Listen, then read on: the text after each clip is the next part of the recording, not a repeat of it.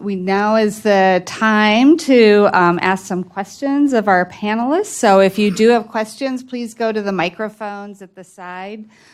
Introduce yourselves and your institution, and we'll address the questions. I'm going to just start out while people are getting to the mic.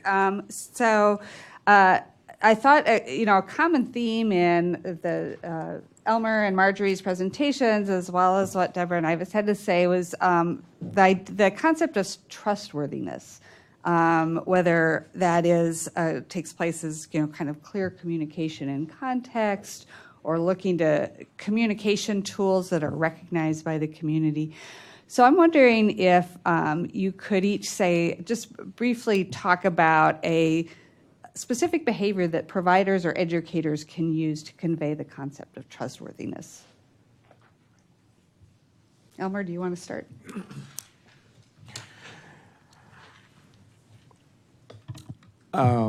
Question is, how can a provider convey the sense of trustworthiness to her patients, right?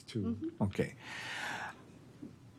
I think that the most important thing is to see the patients in their eyes and tell them that I'm with you all the way.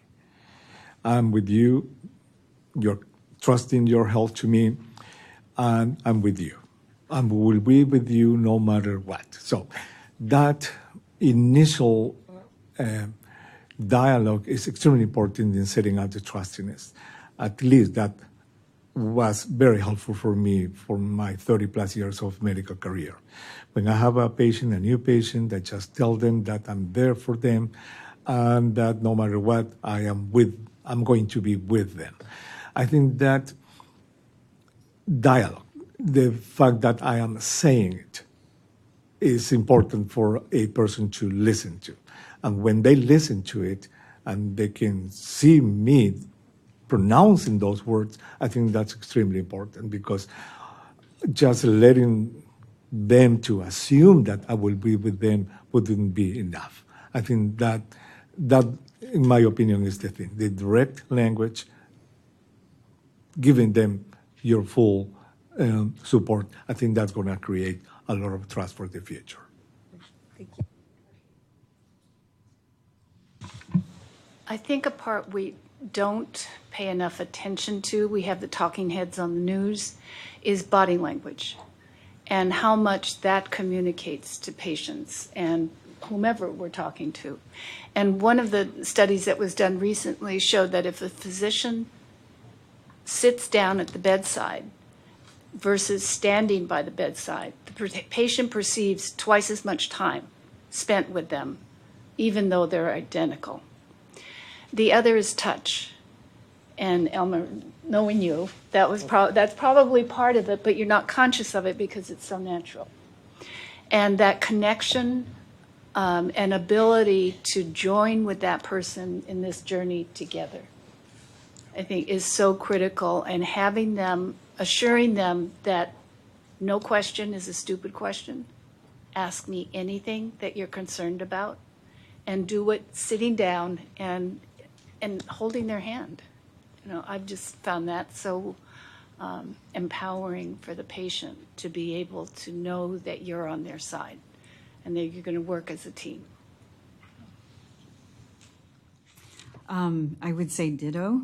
And also, as a patient and as a patient advocate, one of the things that's really important is I would suggest that somehow we build in the concept that it's okay to get communication skills training for healthcare providers, because that isn't a normal part of med school or nursing school or whatever else, and yet you're in the people business, and you have to be able to communicate well, and you have to communicate bad news, serious news. I know I don't usually do personal anecdotes, but my oncologist was a wonderful person, but I would not let him start talking to me until he took a breath. So I would crack jokes and ask him how business was, doc, and all of those kinds of things until he finally would smile and take a breath. Because then we were both people talking rather than a physician who was harried going to 3 different offices and his patient. I agree with everything that's been mentioned before, and what came to mind, I think it's very strong, is teamwork. I think a patient needs to understand that they are part of the team. They're the ones that need to make decisions, but you as a provider can help them make the correct decisions for themselves. It brings to mind when I was first diagnosed and my surgeon said that the cells were malignant. I remember his saying to me, because I just went into shock. And I had 2, and I forgot to show the last slide, 2 young boys. My kids were 2 and 10 when I was diagnosed. And I was misdiagnosed because I had been complaining since I had given birth to my youngest because of the sensation that I was having in my breast. And his assumption was, she's nursing him, that's all it is. So I remember that I just went silent. And I could hear him in the background. And I almost felt as though he was literally, because it was a phone call, lifting me up. He said, Ivis, we're going to get you through this. We're going to get you through this. Not I'm going to get you through this or you're going to get through this, but we. He automatically built that trust in the being a team. I think the other would be, of course, if you don't speak the language that the patient does, making sure that there is a medical interpreter there, because that validates what you're saying. Years ago, we have a program where we go to NYU and we train second-year students. And my part was covering cultural competence. And I remember getting this idea, and there was this young man sitting across from me, and I just started speaking to him Spanish. And I literally diagnosed him with cancer, with breast cancer, gave him all the information. Now, all he kept hearing was cancer. Everything else he didn't understand. And then I stopped. And by then his jaw had dropped and everybody else was like, this lady's going crazy. And I stopped for a second and I said to all of them, that's what your patient that doesn't understand English hears. They do understand what cancer is. And that's all they're hearing. So again, being part of the team and respecting the fact that there is differences and working with the patient. You have a question over here. Hi, Mary Politi from Washington University in St. Louis. I had a question about the prevention clinic. I love this idea of giving patients access to a place to go for screenings or for treatment or for prevention. And I wondered how you address the messages when there's behaviors that need to be done at home, not in the clinic, like colorectal cancer screening, where some patients, particularly men, may have some shame about doing the prep or not have a place, there's a shared bathroom, for example, or not have a place that feels safe to do that procedure compared to some of them that are done in the clinic. How does your clinic address those messages? Thank you for the question. What we do for colorectal cancer screening is that we work with the FOBT, with the FIT.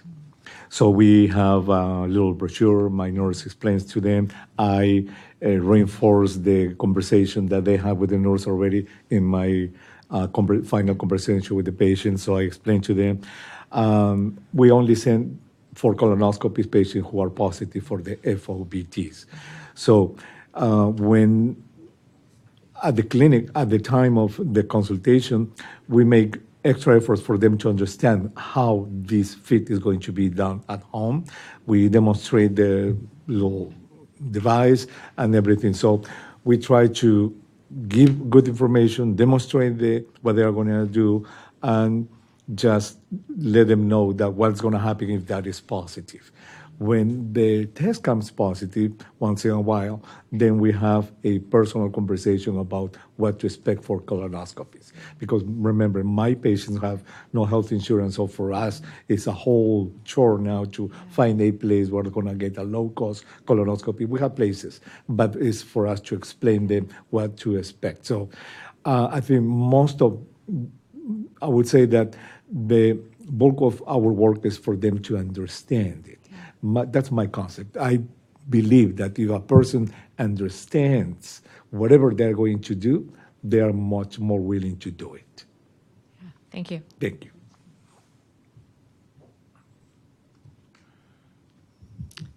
Hello, I'm Laura Fenimore from the Oncology Nursing Society, and I want to thank the panel for their presentation.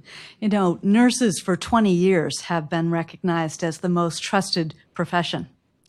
And yet a recent study that was published that looked at how often are nurses consulted by the media found that only 2% of the time has a nurse been asked for his or her opinion and content. So, Dr. Huerta, I was very interested in your presentation around media and wondering how we can encourage oncology nurses to participate in the activities that will get the information to our people who have not yet developed symptoms or cancer as a diagnosis.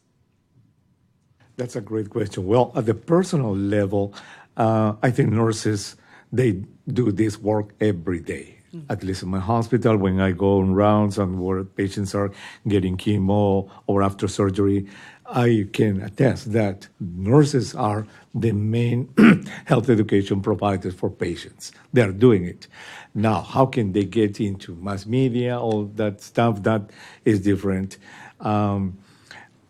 I don't know what to say, but media works, probably you all know this, but a radio show or a television show, when a person is invited to that particular show, is a process that starts with the idea of one person, which is very important in this media work, which is the producer.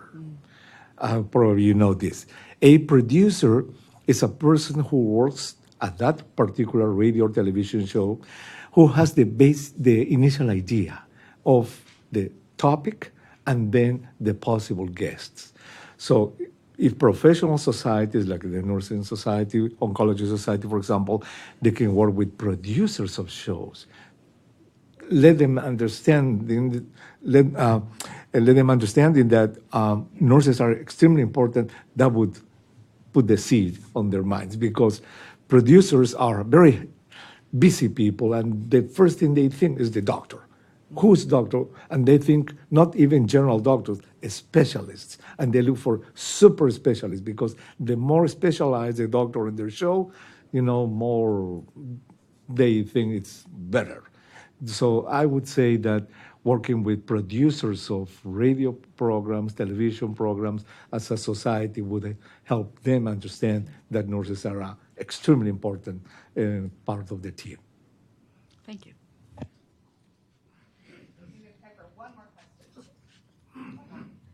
Good morning, everyone. Thank you so much. I'm Beth Carlin from UCLA.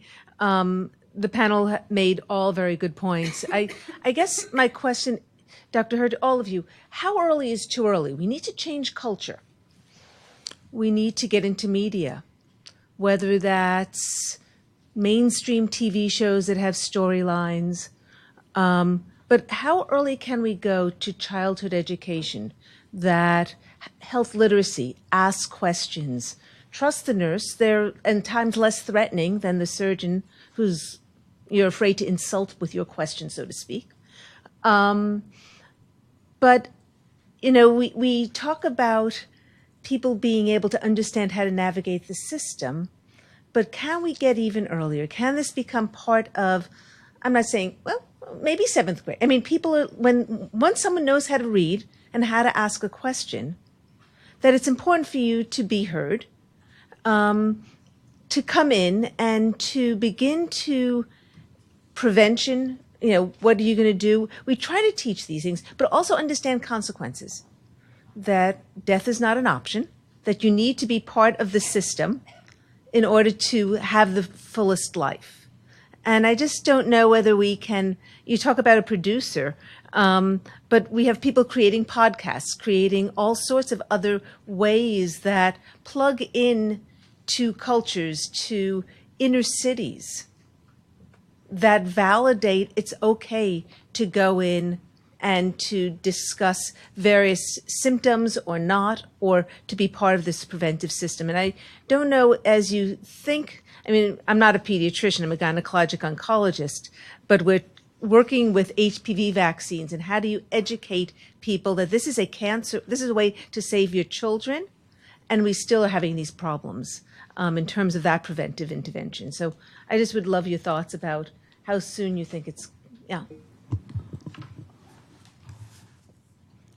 Kids Yes, love comic exactly. books. Right, exa- Okay, so being able to develop them, giving them information, explaining, again, that being part of your health team is so important. The other thing is that then they can bring it back home to their parents, because in many of the Latino communities, the kids do speak English and they can read this, but then bring it back to their parents to understand, again, the teamwork. Family, as was mentioned, is very important in many cultures, and the idea is to be able to work together and to empower the full family, not just the student, not just the parent, but both of them together. So you would not have a problem, let's say in the Latina community, for a 13-year-old to be hearing about cancer, to hear. I don't think at this point it's about the cancer. I think what's most important is health literacy. It's understanding that you're part of a team. You don't necessarily have to use the word cancer.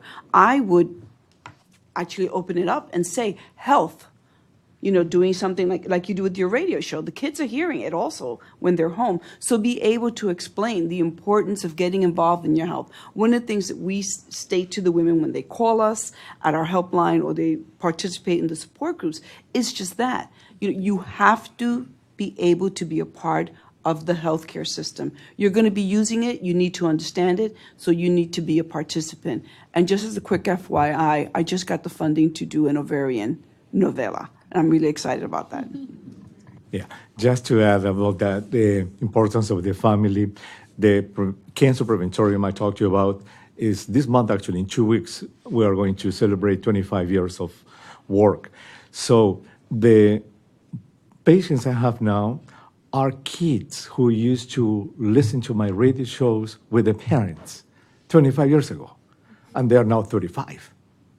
And they are used to listen to cancer and prevention and pap smears and all that stuff. And they're my patient, and they tell me that.